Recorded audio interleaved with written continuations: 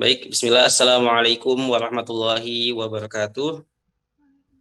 Yang kami hormati Ibu Fajrani Aziz selaku dosen pengampu pada mata kuliah Sistem Informasi Akuntansi dan teman-temannya yang hadir pada pertemuan kali ini. Segala puji bagi Allah, Tuhan semesta alam yang maha pengasih lagi maha penyayang, yang senantiasa melimpahkan kepada kita nikmat, sehingga kita bisa bertemu pada kesempatan ini dalam keadaan sehat. Salam dan salawat tak lupa kita curah limpahkan kepada junjungan kita Baginda Muhammad SAW. Baik teman-teman semuanya, kami dari kelompok 7 akan mempresentasikan materi kami yaitu mengenai tinjauan menyeluruh sistem informasi akuntansi. Tapi sebelum itu saya akan memperkenalkan anggota kelompok kami, yaitu yang pertama Rizda Putri Pandasari, kemudian Mukarramah, Ahmad Fauzan Haryanto, dan Suryanti. Pada pembahasan kali ini kami akan sedikit membahas yaitu mengenai apa sih pengertian sistem informasi akuntansi, kemudian fungsi, peran dan pengaruh sistem informasi akuntansi pada pembentukan kebijakan perusahaan. Nah, untuk materi yang lebih lengkapnya akan disampaikan oleh pemateri pertama kita, pada Rizda. Saya persilakan.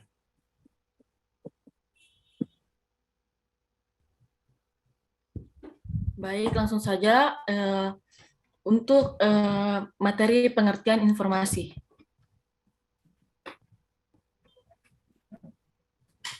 Pengertian informasi. Pengertian dari informasi menurut Kusrini dan Konio 2007 adalah data yang sudah diolah menjadi sebuah bentuk yang berarti bagi pengguna, yang bermanfaat dalam pengambilan keputusan saat ini atau mendukung sumber informasi. Sedangkan informasi menurut Susanto 2004 merupakan hasil dari pengolahan data yang memberikan arti dan manfaat.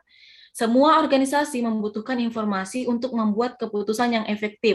Untuk membuat keputusan yang efektif, organisasi harus menentukan keputusan apa yang perlu mereka buat, informasi apa yang mereka perlukan untuk membuat keputusan, dan cara mengumpulkan dan mengolah data yang diperlukan untuk menghasilkan informasi.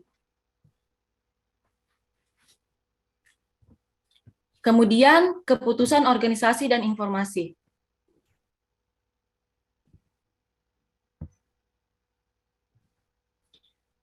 Menurut Herbert A., ada 3 tahap pokok dalam proses pengambilan keputusan, yaitu yang pertama, penyelidikan, mempelajari lingkungan atas kondisi yang memerlukan keputusan.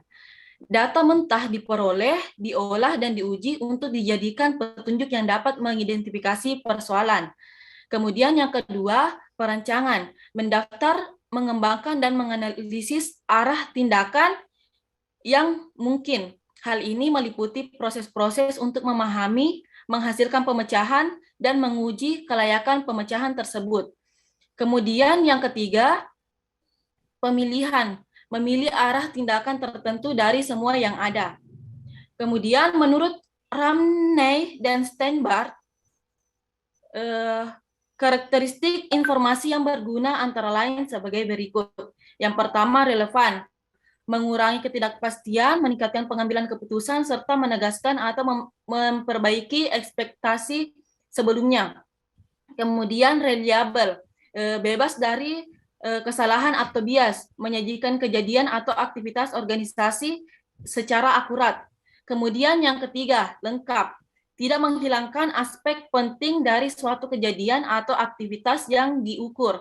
Kemudian tepat waktu, diberikan pada waktu yang tepat bagi pengambilan keputusan dalam pengambilan kepatuhan dalam pengambilan keputusan. Kemudian yang kelima, dapat dipahami, disajikan dalam format yang dapat dimengerti dan jelas. Keenam, dapat diverifikasi 2 orang yang independen dan berpengetahuan di bidangnya dan masing-masing menghasilkan informasi yang sama. Kemudian yang terakhir, dapat diakses, tersedia untuk pengguna ketika mereka membutuhkannya dalam format yang dapat digunakan. Itulah dari saya kembalikan kepada moderator. Baik, terima kasih Rizda atas penjelasannya.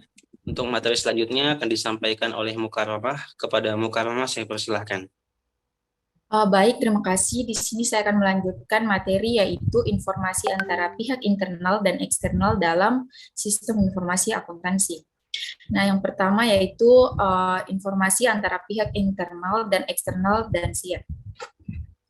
Informasi adalah hasil dari pemrosesan data dengan menggunakan komputer atau diolah secara manual yang dapat berupa laporan-laporan, yaitu laporan untuk pihak internal dan pihak eksternal perusahaan.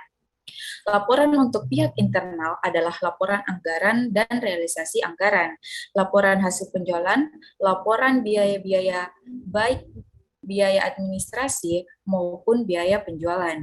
Sedangkan untuk laporan pihak eksternal seperti laporan harga penjualan, laporan laba rugi komprehensif, laporan perusahaan ekuitas, neraca, dan arus kas. Nah, setiap organisasi memiliki masukan-masukan dan mengubahnya menjadi keluaran-keluaran berupa produk dan jasa.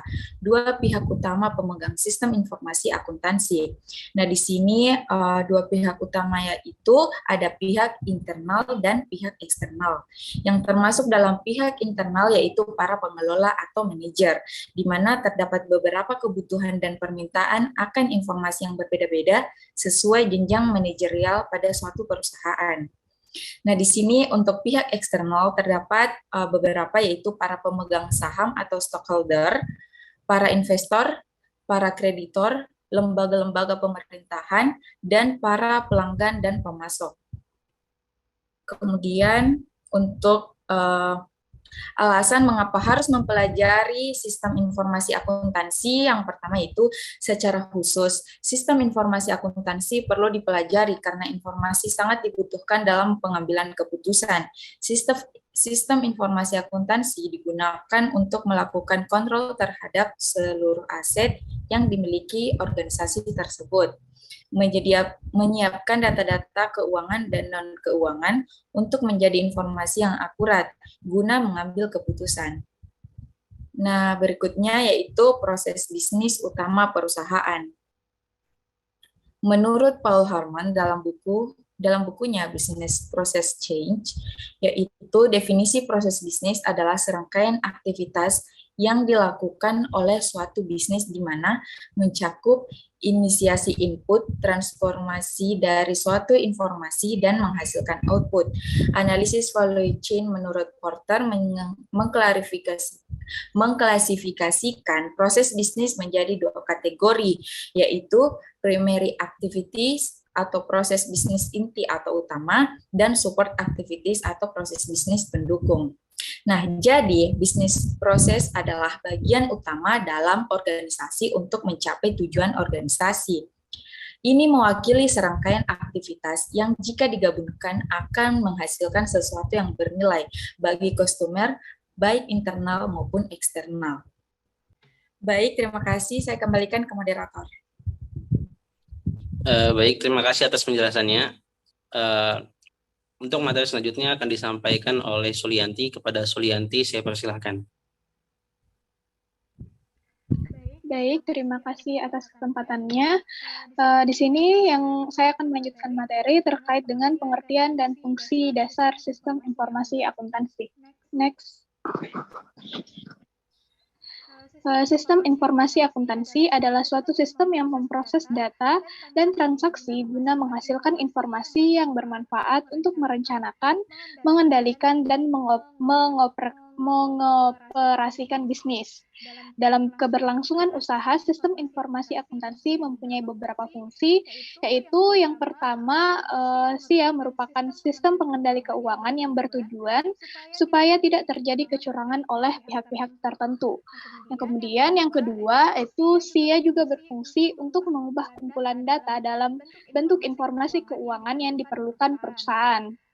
Yang ketiga itu membuat serta mencatat data transaksi secara tepat dalam jurnal.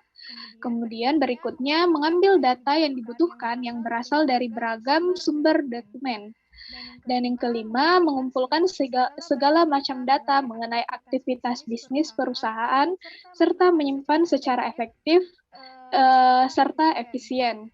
Jika menilik 5 fungsi di atas, maka dapat disimpulkan bahwa sistem informasi akuntansi bisa membantu perusahaan untuk mengelola keuangan secara lebih efektif dan efisien. Tak hanya itu, sistem informasi akuntansi juga bisa lebih menghemat waktu serta biaya dan akan memberi dampak pada kinerja bisnis yang selanjutnya, pun perusahaan bisa mengambil keputusan dengan tepat. Next.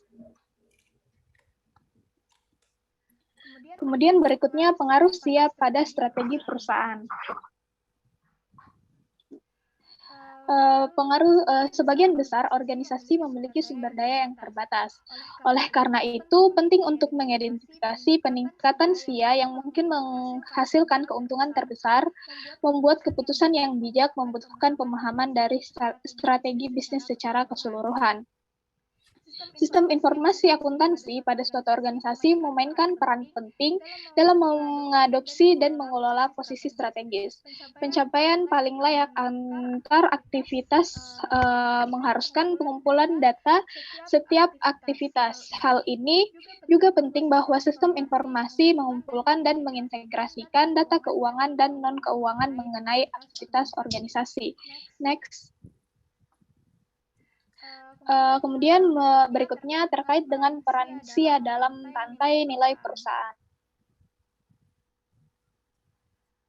Model rantai nilai menunjukkan bahwa sistem informasi akuntansi adalah aktivitas pendukung.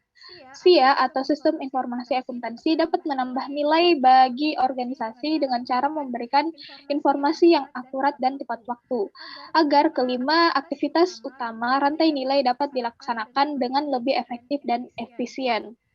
Sistem informasi akuntansi yang dirancang dengan baik dapat membantu organisasi dengan cara memperbaiki kualitas dan mengurangi biaya untuk menghasilkan produk atau jasa.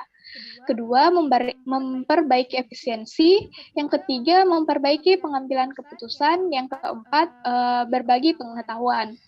SIA yang dirancang dengan baik juga dapat membantu meningkatkan laba organisasi dengan memperbaiki efisiensi dan efektivitas rantai persediaan. Baik, itu tadi pemaparan materi dari saya. Saya kembalikan kepada moderator. Oke, baik. Terima kasih ya Sulianti atas penjelasannya. Itulah tadi presentasi dari kelompok kami. Semoga penyampaian kami mudah dipahami. Sekian dari kami. Terima kasih. Wassalamualaikum warahmatullahi wabarakatuh.